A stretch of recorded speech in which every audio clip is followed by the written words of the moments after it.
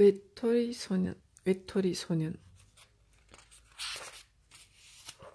노력만으로 안 될 땐 방향을 전환하여 다른 노력을 해보면 어떨까? 내가 어떤 중학교에 진학할 것인지는 우리 집에서 큰 문제였다. 의사나 변호사가 되기를 바라는 할아버지는 나를 사립학교에 보낼 작정이었다. 전쟁 탓에 제대로 공부하지 못한 것을 통한으로 여긴 할아버지는 원하는 공부를 하고 좋은 학교에 가서 훌륭한 자격을 가진 직업인이 된다면 그만큼 행복한 인생을 없을 것이라는 강한 신념을 갖고 있었다. 할아버지는 완고한 사람이었다. 사이토 씨는 나의 할아버지에 대해 이렇게 말한 적이 있다. 간장의 할아버지는 완고한 성격 덕분에 그만큼 가게를 키울 수 있었을 게야. 하지만 바로 그 고집 때문에 거기서 끝날지도 몰라. 맞는 말이었다. 생선 가게를 이어받은 부모님께는 가게를 더 키워서 아들에게 물려주고 싶은 마음도 있었던 것 같다. 그런데 장사의 단점은 기복이 심하다는 것이었다.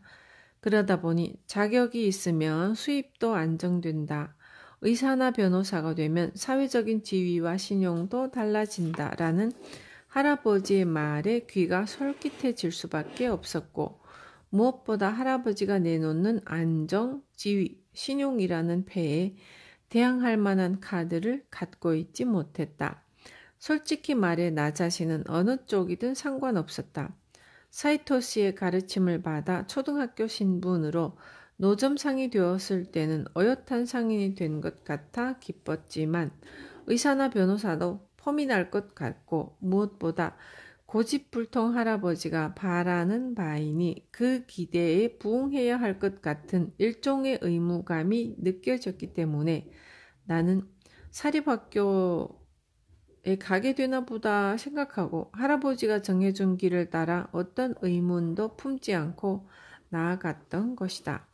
할아버지도 부모님도 나도 어쨌든 좋은 학교에 들어가기만 하면 손에 들 것은 없다고 믿고 있었다. 문제는 돈이었다. 할아버지가 원하는 학교는 중고교가 함께 있는 사립으로 졸업까지 상당한 학비가 필요했고 무사히 졸업한다고 해도 정말 의사가 된다면 막대한 돈이 필요할 터였다.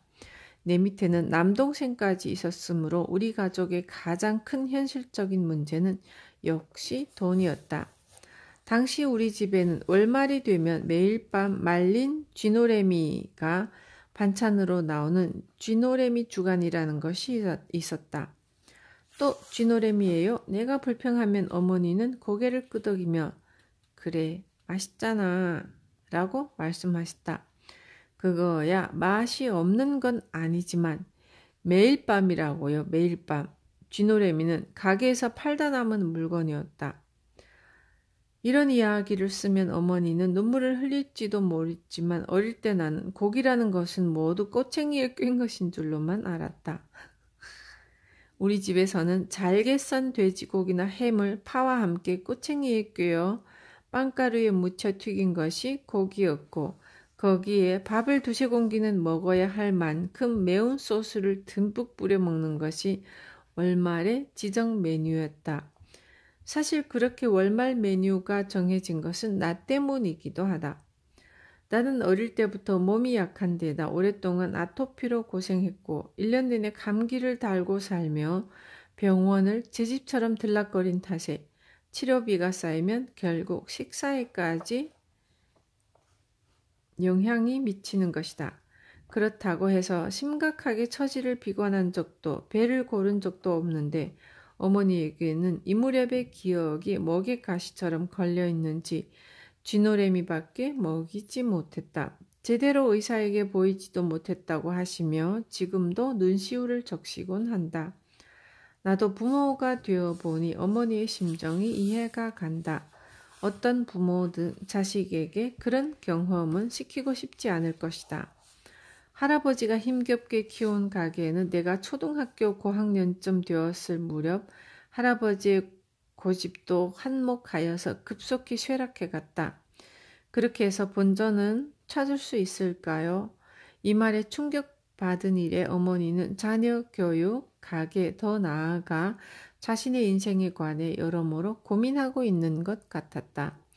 나의 진학자금이라는 현실적 문제도 부상했고 해야 할 일은 많아지는데 돈줄은 꽉 막힌 상태로 그 딜레마의 양치는 머리를 싸매고 있었다. 찻집에서 어머니는 가게 매출이 엉망이라고 푸념했는데 난국 타개를 위한 방법론에서 할아버지와 의견이 맞지 않는다는 불평도 나왔을 때 사이토시가 말했다. 괜찮을 겁니다. 할아버지는 당신이 가게를 일으켰고 키웠고 또 작아졌다고 해서 할아버지로서는 최선을 다했으니까요. 그런 할아버지의 자세를 본받아서 이제부터는 오맛장과 간장이 다음 단계로 승화시켜 가면 되는 겁니다. 가게의 경영 악화로 자나깨나 고민하는 어머니에게 다음 단계라든가 승화라는 말은 얼른 머리에 들어오지 않았다. 요컨대 장사를 어떻게 하면 좋을까요? 초조해진 어머니가 되묻자 사이토시는 이렇게 대답했다. 상인이 할 일은 돈을 버는 것이죠. 돈을 모아서 회전시키는 것이 사명입니다. 상인은 사회에 돈을 돌게 하는 심장 같은 존재예요. 돈이 전신에 구석구석 돌면 일본이라는 몸은 건강해질 테니까요. 우리가 하는 일은 사회와 연결되어 있다는 것을 항상 의식하고 있어야 합니다. 그것만 명심하고 있으면 다른 문제는 너무 심각하게 고민하지 않아도 돼요. 돈을 버는 데만 집중하면 되죠. 그때 나는 사이토시가 하는 말을 잘 이해할 수 없었다. 왜냐하면 어머니는 맹렬한 일벌레였기 때문이다. 가게 일에 필사적으로 매달리느라 맘 편히 쉬어본 적도 없었고 분명히 가게가 잘 되고 있다고는 할 수 없지만 그런 어머니에게 돈만 벌면 된다고 하는 것은 더 열심히 일하라는 소리로밖에 안 들렸다. 그러나 사이토시의 말은 그런 뜻이 아니었다. 오마짱, 지금까지 고생이라는 고생은 실컷 했죠? 그렇게 열심히 사는데도 원하는 대로 안 된다면 다른 노력을 해보는 게 어떨까요? 땀 흘려 일하는 것이 돈 버는 것이 아니라고? 죽자 사자 일하면 잘 살게 되는 것이 아니라고? 오로지 열심히 일하는 것만이 살 길이라고 믿고 있던 어머니에게 사이토시의 말은 또다시 큰 충격을 안겨주었다. 어머니는 생선 가게를 다시 일으키는데 집착하고 있었는데 오마탄의 가게가 망해가는 꼴을 손 놓고 구경만 하고 있을 수는 없었다. 그런데 그게 바로 약점이었다. 어머니는 옆을 보지 못하는 경주마처럼 오마탄의 가게만 응시하고 있었던 것이다. 사이토시는 눈을 돌려 주위를 둘러보면 발상을 전환해 보라고, 그러면 떠오르는 것이 있을 거라고 말하고 있었다. 무슨 일이든 생각하기 나름입니다. 어차피 노력을 할 거라면 즐기면서 하는 편이 좋겠죠? 즐겁게 일한다는 것은 건성으로 한다는 것이 아닙니다. 방법은 반드시 있기 마련이죠. 머리를 쓰면 해결책은 반드시 찾아지게 되어 있어요. 저는 그것을 찾아가는 것이 장사의 묘미라고 생각합니다. 돈을 벌고 싶은 마음은 잘 알아요. 하지만 돈만 쫓아가는 인간은 결국 거기서 멈춰버리죠. 다른 발상을 할 수 없으니까요. 아무것도 생각하지 않으면 인간은 성장하지 않습니다. 장사라는 것은 사람들 속에서만 존립할 수 있는 것이니 좀 더 주위를 둘러보세요.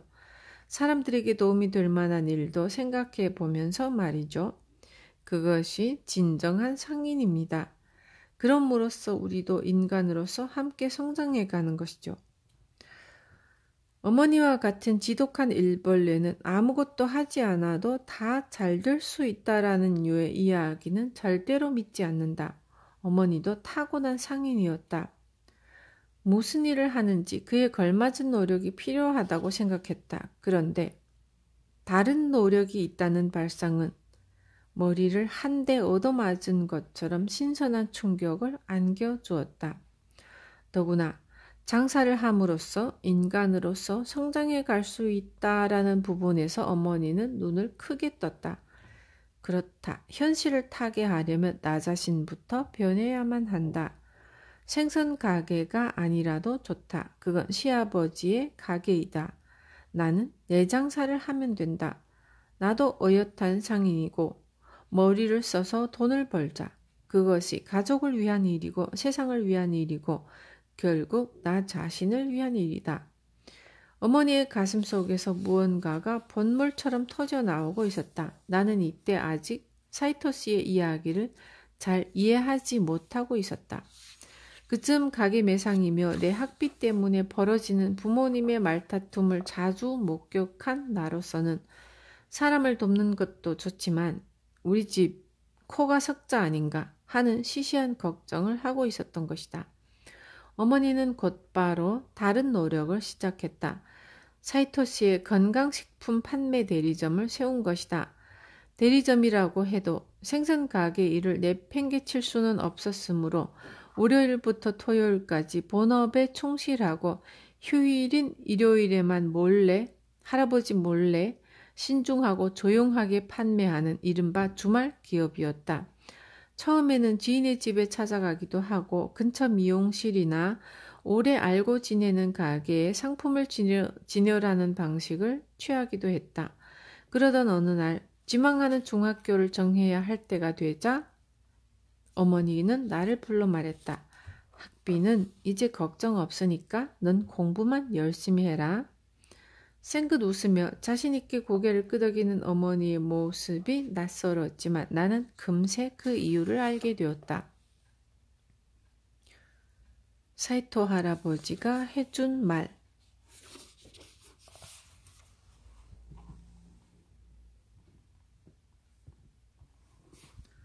그렇게 열심히 사는데도 원하는 대로 안 된다면 다른 노력을 해보는 게 어떨까요? 어차피 노력을 할 거라면 즐기면서 하는 편이 좋겠죠? 돈만 쫓아가는 인간은 결국 거기서 멈춰버리죠. 장사를 함으로써 인간으로서 성장해 갈 수 있습니다. 의사의 시대는 끝났는지도 모른다. 나는 희망하는 중학교에 합격했다. 명문 학교였기 때문에 동네에 작은 화제거리가 되었다. 간장 대단한 학교에 들어갔다면서 장하구나 하고 노점상을 할 때 바람잡이가 되어준 아주머니들이 이번에도 요란하게 축하를 해주었다. 사이토 씨에게도 합격 사실을 알리러 달려갔다. 가짱 머리가 참 좋은가 보구나. 얘의 웃음을 지으며 덕담을 해주었다. 장래에 상인이 될 거라는 그곳은 득이 되는 학교라고는 할 수 없었지만 사이토 씨는 아무 말도 하지 않았다. 좋은 학교에 들어간다고 하니 기분이 썩 괜찮았다. 그러나 합격해서 다행이라고 생각한 것은 아주 잠시뿐이었다. 수업이 시작되고 나서 비로소 나는 나 자신의 뜻밖의 약점을 알아차렸다. 그 명문 남학교는 합격만 하면 되는 곳이 아니었다. 동급생은 모두 머리 좋은 공부벌레의 엄청난 야심가들이었다. 중학교 1학년 교실에서 도쿄대에 들어가지 못하면 나고자라는 내용의 대화가 예사롭게 오고 갔으며 장래 희망은 의사, 변호사, 외교관, 고급 공무원 등등으로 할아버지가 들으면 눈물을 흘리면서 기뻐할 만한 잘나가는 학우들의 집합소였다. 낭패였다. 나는 학교 공부에는 도무지 소질이 없었던 것이다. n이 붙는 숫자에는 강했지만 무슨 정리나 법칙 같은 것이 등장할 때마다 이걸 배워서 어디다 써먹지? 하는 회의가 고개를 들면서 아예 머릿속에 들어오지 않았다. 물건을 팔 때 손님을 끌어모으는 효과적인 방법을 3가지 나열하시오와 같은 문제는 어떤 시험에도 출제되지 않았고 최연소 노점상이 현장에서 익힌 지혜는 학교에서는 아무런 도움이 되지 못했다. 마음에 드는 과목은 국어뿐이었다. 수업을 듣는 것이 점점 고통스러워졌고 나의 장밋빛 엘리트 노선의 출발선부터 아무니 드리워졌다. 한편 어머니는 승승장구했다. 빙긋 웃으면서 마음껏 공부에 전념하라고 했을 때 장사를 시작한 지 불과 몇 개월 만에 신중하고 조용한 주말 기업은 더 이상 감출 수 없을 만큼 번성하고 있었던 것이다. 현관에 상품을 진열할 작은 책장과 전화를 한 대 놓아 작은 가게를 꾸몄다. 처음에는 내 라이트밴 가게 정도라 생각했지만 어머니의 첫 가게는 오징어나 문어 판매와는 그 스케일부터가 달랐다. 전화는 끊임없이 울려대고 신상품 박스가 산처럼 쌓여 현관을 지나다닐 수조차 없게 되었고 당연히 할아버지에게 들통이 났지만 물건이 날개 돋친 듯이 팔려나가는 것을 지켜보며 할아버지께서도 입을 다물 수밖에 없었다. 어머니는 생기가 넘쳤다. 원래 사교적인 성격으로 사람들과 이야기하고 장사하는 것이 천직이었는데다가 생선보다 건강식품 쪽이 어머니에게는 훨씬 친근하고 팔기 쉬운 상품이었다. 옆에서 보기에도 어머니는 정말 신나는 하루하루를 보내고 있는 것 같았다. 이웃 아주머니들과 세상 돌아가는 이야기를 할 뿐인데도 물건이 일사천리로 팔려나가는 것이었다. 나는 약이 올랐다. 아들은 영문을 알 수 없는 법칙이며 정리와 씨름하고 있는데 엄마라는 사람이 저렇게 즐겁게 지내도 되는 거야? 물건이 잘 팔리는 쾌감을 나는 떠올리고 있었다. 나도 4년간 잘 나가는 노점상이었는데 그때의 재미와 흥분에 비하면 학교 생활은 참담한 것이었다. 단 며칠간의 겨울 노점상 활동도 중학생이 되었으니 공부에 열중해야 한다는 이유로 허락을 받지 못했고 솔직히 말해서 나는 어머니를 질투하고 있었다. 생선 가게 일을 계속하면서 어머니는 건강식품의 판매 실적을 쌓아나갔다. 그러다가 생선 가게보다 월등히 많은 매출 실적을 꾸준히 기록하게 되었을 때 어머니는 할아버지를 설득하여 가게를 접었다. 마루카네 대리점 일에 전념하기로 결심한 것이다. 찻집 친구들 중에서도 어머니의 뒤를 이어 일을 시작하는 사람들이 속속 나왔다. 그게 또 나는 마음에 들지 않았다. 찻집 사람들이 모두 사이토 씨를 중심으로 일치단결하여 무언가를 하고 있는 모습이 마치 학생들의 서클 활동처럼 보였던 것이다. 부러웠다. 학교의 분위기에 적응하지 못하는 내게는 변변한 친구 하나 없는 상태였다. 중학교 2학년 때였던 것 같다. 특별히 무언가를 상담하고 싶어서가 아니라 그냥 사이토 씨의 이야기를 듣고 싶어서 나는 이전에 그 찻집으로 갔다. 사이토 아저씨 계세요? 여기 있다.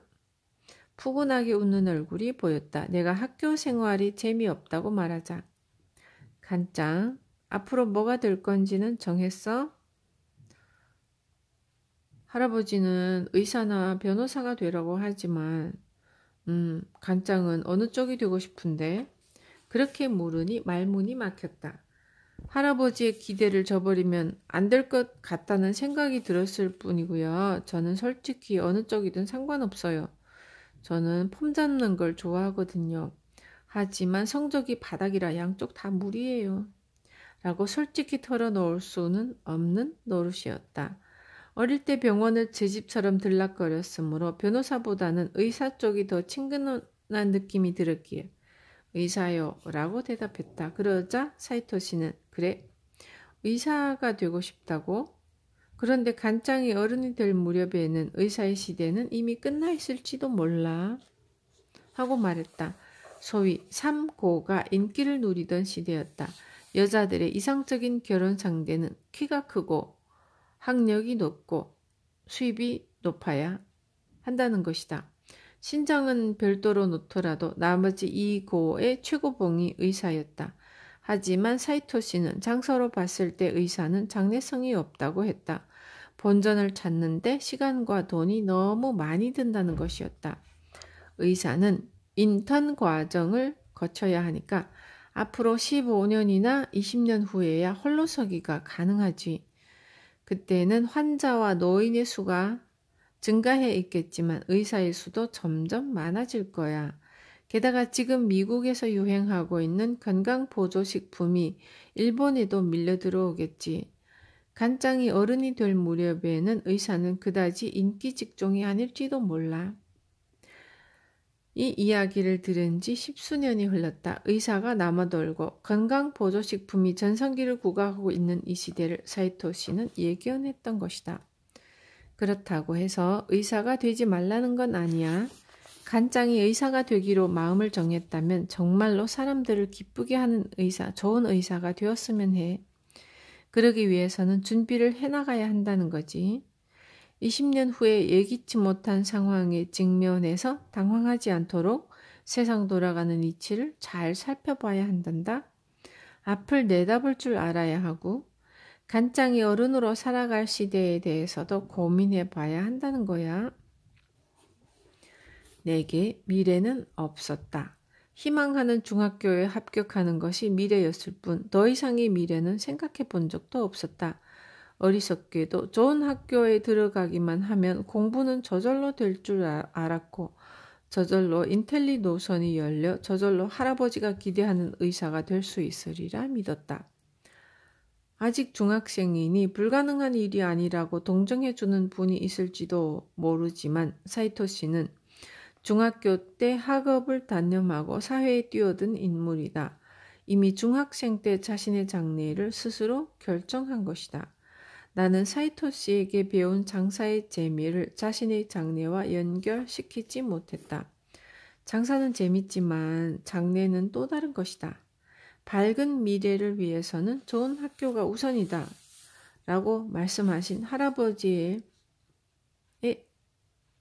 의견을 자신의 의견으로 착각했던 것이다. 그러나 그토록 중요한 학교에서 나는 낙오자가 될 위기에 처해 있었다. 2학년이 되자 스스로도 역시 의사나 변호사는 무리라는 생각이 들었고 3학년이 되자 방향을 바꿔 건축가나 약사는 어떨까 하는 생각이 들었다. 그러다가 방향을 바꿔 이과는 자신이 없으니 교과서를 몽땅 다 외워서 변호사가 될까 하는 생각에 미쳤다. 마지막에는 교사 정도라면 할아버지와 타협이 가능하지 않을까 하며 진로 변경에 보잘것없는 핑곗거리를 머릿속에서 이것저것 만들어내고 있었다. 그런 걱정과 불안을 귀 기울여 들어줄 친구 하나 없이 하루의 대부분을 보내는 학교에서 나는 점점 외톨이가 되어가고 있었다. 사이토 할아버지가 해준 말, 준비를 해나가야 한다는 거지. 20년 후에 예기치 못한 상황에 직면해서 당황하지 않도록 세상 돌아가는 이치를 잘 살펴봐야 해. 앞을 내다볼 줄 알아야 한단다. 어른으로 살아갈 시대에 대해서도 고민을 해봐야 한다는 거지.